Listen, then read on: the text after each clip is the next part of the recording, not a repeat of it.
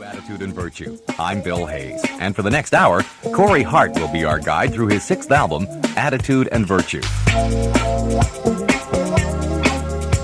Corey's career has been through some changes recently, a process he chronicles on the song Back in the Hand. Back in the Hand was a song I wrote when I felt that I was definitely in control of where I was going after leaving the label and after changing everything around me. It was sort of a clean slate change, and Back in the Hand, I hope people can relate to it, although it's a very personal song to me, but it's about, regaining control of your life and being prepared to take some shots, and that people are going to throw some curves at you, and change is going to come in your life, and you have to ride with it. A mystery.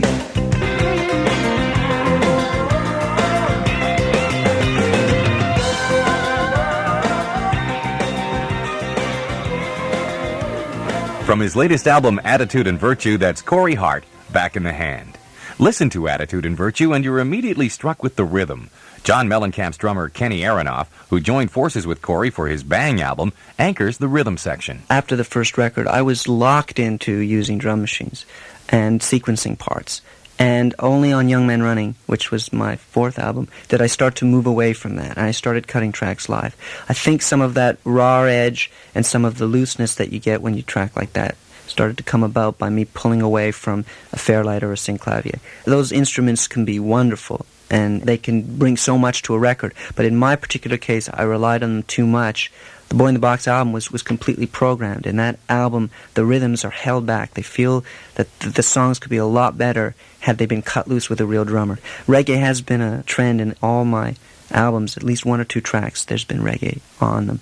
As a teenager, Bob Marley was a big influence, someone that I listened to, and then I moved on to the Police. Also giving Corey a hand on Attitude and Virtue is Terence Trent D'Arby. Terence Trent D'Arby is definitely one of the premier vocalists around today. He was incredibly spontaneous, and there are a lot of background vocal ideas that he just came up with, and it would ask for 5 minutes in the studio while we were working just to let him think, and he would close his eyes and he'd say, Corey, just give me 5 minutes, I'm hearing something.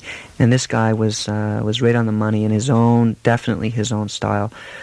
And he ended up working on the record. We just hooked up. He came over. We got introduced to each other. And the song I was working on that day was Love and Money, which is a very Marley-influenced song, reggae.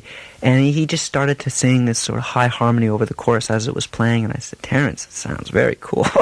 And he goes, you like it? I go, yeah, it's very cool. Because it's like an octave above what I'm singing. And I said, get the hell in there and lay this down. And that vocal marriage produced the track Love and Money. Love and Money is a fictional tale of a young boy that one night a talisman falls from the sky that will offer him in his life one or two choices. Love, and love for me clearly not only represents the amorous side, but represents virtue and represents a lot of good in mankind. Money, to me, is symbolic of more of the negative side of that dynamic of life and corruption and greed and dishonesty. And naturally, 9 out of 10 times people are going to choose money. Me, myself, had a talisman fallen out of the sky when I was a young man.